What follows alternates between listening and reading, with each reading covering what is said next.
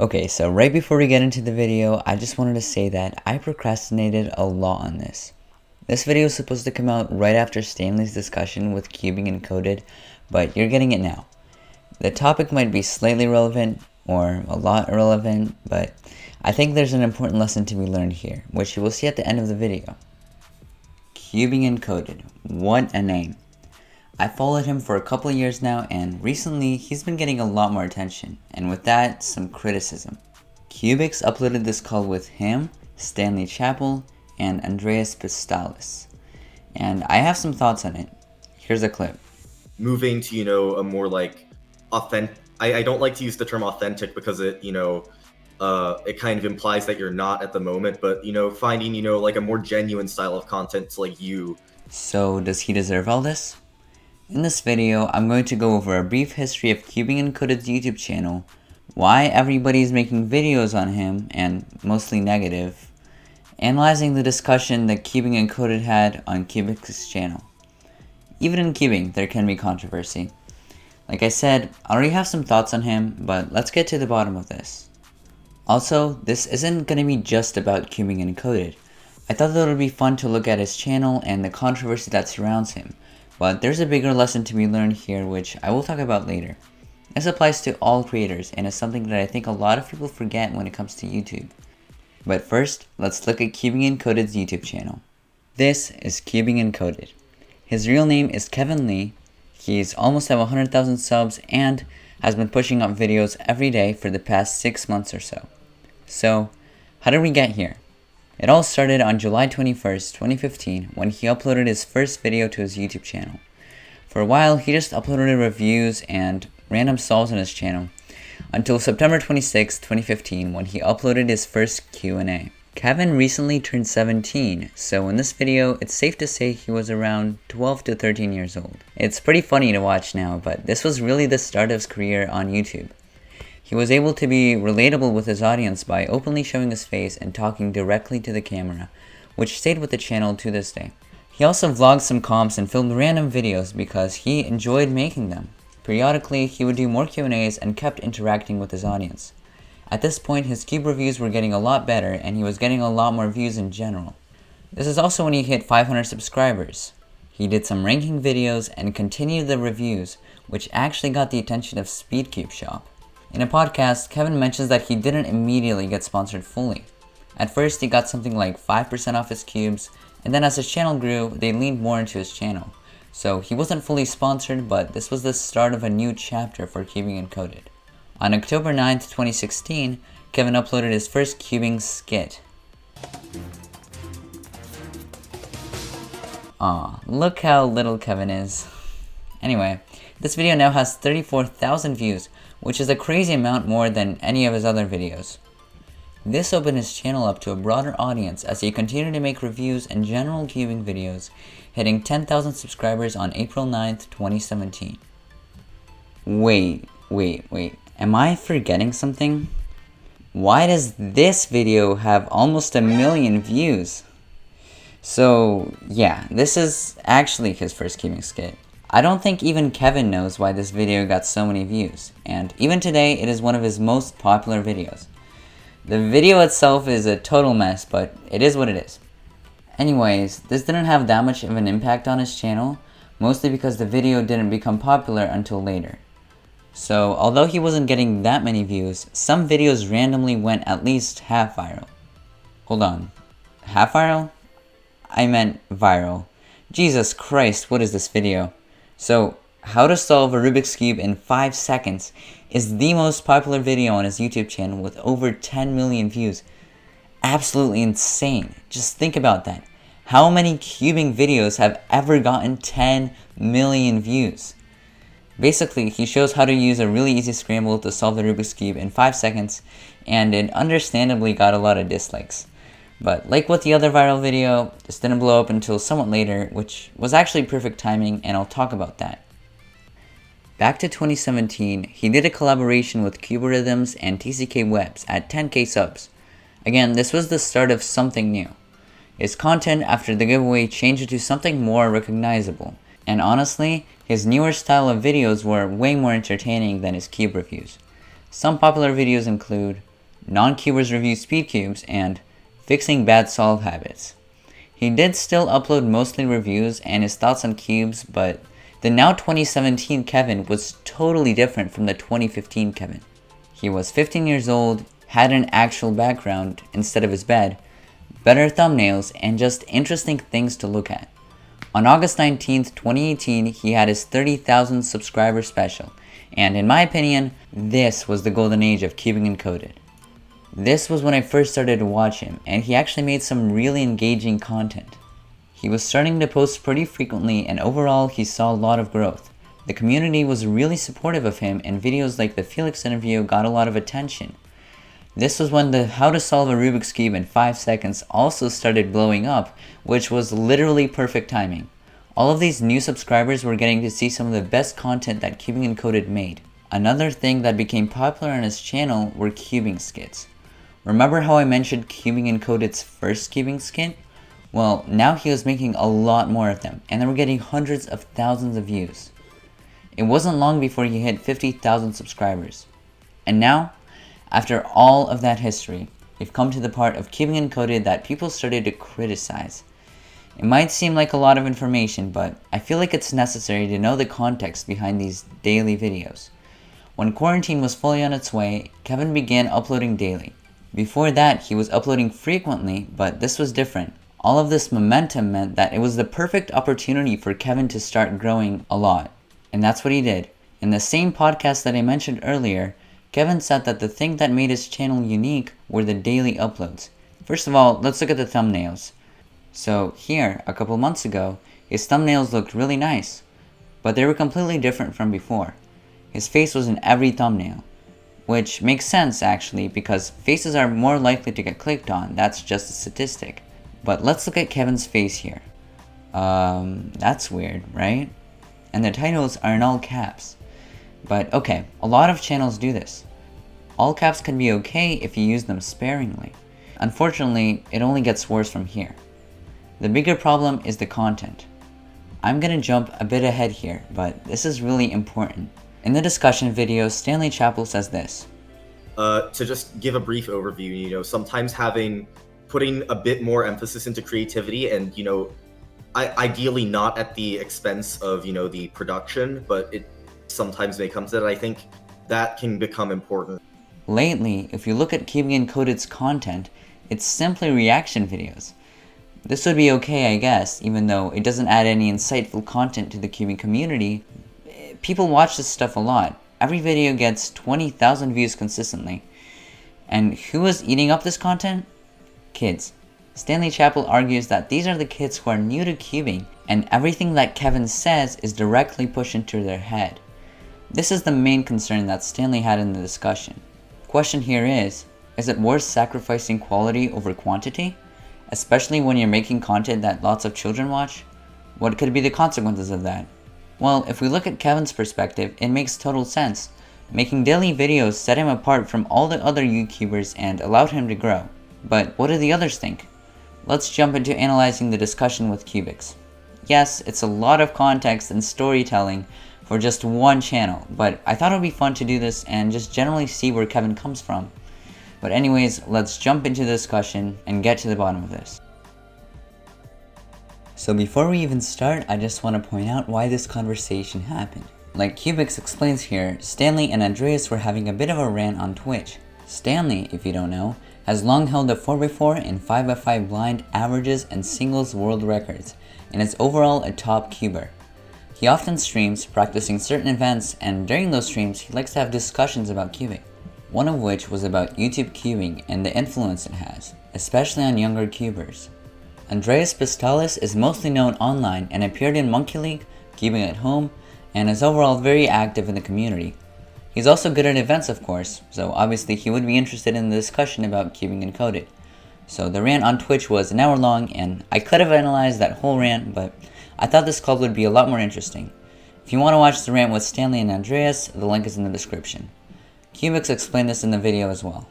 And although we're not going to analyze the rant, I still want to mention the two things that Stanley and Andreas talked about the most in this stream for context. First of all, they talked about low effort content and claimed that Kevin was someone who made. They aren't mean about it, which is nice, but that's one of their concerns. Another thing they talk about is targeting to kids, which seems to be an issue because the influence that YouTubers have on kids is pretty big. But yeah, that's my extremely short summary. I don't have time to finish this video, but that's the context for what kind of things they want to talk about. Now let's take a look at the discussion. The first thing that Stanley really does is apologize to Kevin because he could have come across as rude and made some assumptions about him, especially his financial situation, which we'll get into later. Kevin accepts his apology, so I'm glad none of this is taken really seriously. Stanley then starts to talk about his main concerns for the Cubing Encoded channel. Essentially, what Kevin is doing is taking images and videos from Cubing subreddits and using them in his own videos for people to watch. The problem with it is that it's not really his content. And technically that's not a bad thing, but people don't always like it when you're basically stealing their content that they made for views. However, I wouldn't call this stealing, as Kevin is reusing these photos and videos in a transformative way. Which is also why I don't really get this point that Stanley makes, because Kevin follows all the rules. But I'll give it to Stanley. He's trying to help out Kevin make his content seem more genuine, which is generally a good thing. Stanley did actually give Kevin the idea to make his own subreddit, and Kevin took his advice, and I think they're both better off now. I think this point falls into the category of low effort content, and I want to show you a clip of what Kevin says to this after a few minutes of conversation about how he makes his videos. The thing about daily content obviously is that I personally do believe that I'm trying my very best. And with it, sometimes it would be I would be busy the entire day, and then it would be really late at night, and I realize I still have to do a video. And I want to go to sleep, so obviously I have to pump one out in 2 hours as quickly as possible. So in this clip, Kevin explains that some days he stays up really late just to post that one video, and like he says, daily uploads are really hard. So I think just for that he already deserves a ton of respect. But really, scripting, filming, editing, any piece of content takes a lot of work, and just completely disregarding that, as some people online did, is totally unfair. I know that in this video Stanley is actually agreeing with him, and I'm really glad he apologized for this, because some people online took this idea of low effort content and used it to attack Kevin. So I'm glad Stanley is resolving this, but unfortunately people online weren't so nice, which I'll talk about at the end of the video. I feel like another reason for this controversy is that Kevin's content is quite different from other cubers, especially cubers from 2 years ago, for example. Reaction videos simply didn't exist. When someone completely changes what people perceive as the norm, it upsets a lot of people. Some old school cubers just aren't used to the new content that's coming up on YouTube. And cyoubx makes a good point about this, not exactly the way I said it, but he mentions Cubing Encoded's fanbase. I make it seem like cyoubx and Kevin were on one side and Stanley and Andreas were on the other side, but really it was a constructive conversation and no debate was going on there. But I would say that cyoubx is defending Kevin a lot more than Stanley or Andreas are. Here's the clip of cyoubx. My perspective on all of it is that if the viewers are happy and they're not upset with the content, then to me it seems like it's good content, because at the end of the day, if we broaden the scope a little bit and not think about things as being just cubing, but actually like things as enjoyment and content and entertainment, if people are entertained by your videos, regardless of how easy or hard it may be to make, that's a win. It's important for some people to keep in mind that even if they don't like someone's content, it doesn't mean that it's inherently bad, and other people might enjoy watching their content a lot. The people that watch Cubing Encoded on a regular basis probably find it very entertaining. As long as someone's followers are okay with the content, then it's probably okay in general. There is a bottom line to this. If you don't like someone's content, unless it's really messed up, you shouldn't hate on them. And I'm gonna say this again, this is not the case here. This is a totally fine conversation, but some people didn't take it this way. I'll show examples of this later, but let's keep going with the discussion. So now, the topic shifts into some of the responsibilities of a big cubing channel like Cubing Encoded. Stanley argued, especially in his rant, that Cubing Encoded was biased towards certain events and that really impacted newer cubers, for example. This is slightly off topic of the main video in my opinion, but is an issue to be addressed, because Kevin does have an influence over younger and newer cubers, and what they see in his videos directly corresponds to how they think, for the most part. Now personally, I don't think it's his responsibility to make inclusive videos like this, because how is it someone's responsibility to introduce something to someone? I think that Kevin could have done a better job teaching kids about different events, but there is so much information out there on the internet that I struggle to believe that kids won't find this square one at all interesting, because Kevin uploaded a video on his channel ranking it in the F tier. Although I think Stanley and Andreas actually provide some really good tips on how to get rid of this problem of favoring events over others, and Kevin liked this idea and he made it into a video, which is good to see, even though the argument that Stanley made wasn't great in my opinion. Let me just remind you that this discussion was made to clear up some of the misunderstandings between Stanley and Kevin. And this kind of video is wholesome, and it's great to see them do this. But behind this are the kinds of comments and generally negative things that can come out of rants about another person and such. One thing that Stanley apologizes for is misunderstanding Kevin's financial situation.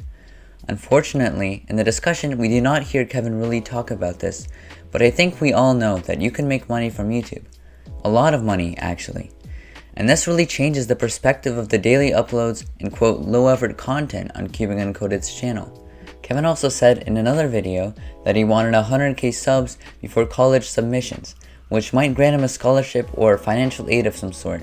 Now we can't really tell exactly how Kevin is doing financially, but it's safe to say that money played a part in Kevin's content, and the type of content and who Kevin was influencing with his channel were in the background for him. Unfortunately, not everyone sees it that way. In the last part of the discussion, Stanley says that he should have paid more attention to the mods that were monitoring the chat, and the chat was actually saying some pretty mean things about Kevin himself, which is really the point of this video and the lesson that could be learned from all of this. So why did I analyze this whole discussion? Well, in part because it's entertaining, but I also wanted to cover the reasons that Cubing Encoded is hated and why it's wrong. This video pretty much covers all of these reasons. Not to say that everybody is hating on him, but there's a lot of controversy, and I think that is leading to some mean comments about him that shouldn't belong in the cubing community. Although they settled their disagreements in the video, I wanted to add my insight as well. As Cubing Encoded said, nobody is perfect, and this should apply to all creators. This discussion, even though it's nice to see people have a civil discussion about something, came from slightly hating on Cubing Encoded. And this is an example that the negatives that can be seen from a creator's content do not diminish the creator him or herself. Saying things like he makes low effort content and that he targets his content toward kids is not a good reason to hate on him. In the video that all of this hate came from, Stanley simply tries to help Kevin out. He constructively criticizes his content because he genuinely wants Kevin to succeed. So, to Stanley and Andreas, you are not at fault. And I think that wanting to make the cubing community better is exactly the right thing to do. Plus, you actually gave constructive tips and advice that is really nice to see. And yes, Stanley did make some assumptions about Kevin, which is largely where all the hate comes from, but at the end of the day, we all want an inclusive community. So instead of tearing Cubing Encoded down, let's help a brother out. Go to his channel and subscribe. I know that after the discussion, Kevin took Stanley's advice really seriously, and I think he really deserves the support for all the hard work that he's putting into it. Kevin, if you're watching, I know that this video is probably not the most insightful, but I really wanted to get my word out there. No, I didn't really have to make this video, but I did it to share my thoughts and to share the story of how Cubing Encoded became such a big channel. That's why we make videos, isn't it? Okay, so I just finished recording the script, and this video was delayed a lot. So first of all, I want to congratulate Kevin on passing 100,000 subscribers. That is an incredible achievement, and he was able to do it so quickly as well. This video is totally obsolete by now, but go subscribe to him either way. He's such an awesome guy. I really enjoy his content, so you should really go check him out. This is also a really long video, and it took a while to make. Honestly, I don't know why I stuck to this idea. I guess I just wanted to finish it, but here it is now. The discussion was like a month or two ago, but I just wanted to put this out there because it's so cool to see a creator go from 0 to 100,000 subscribers. So again, congratulations, Kevin. That's all I have for this video. Peace.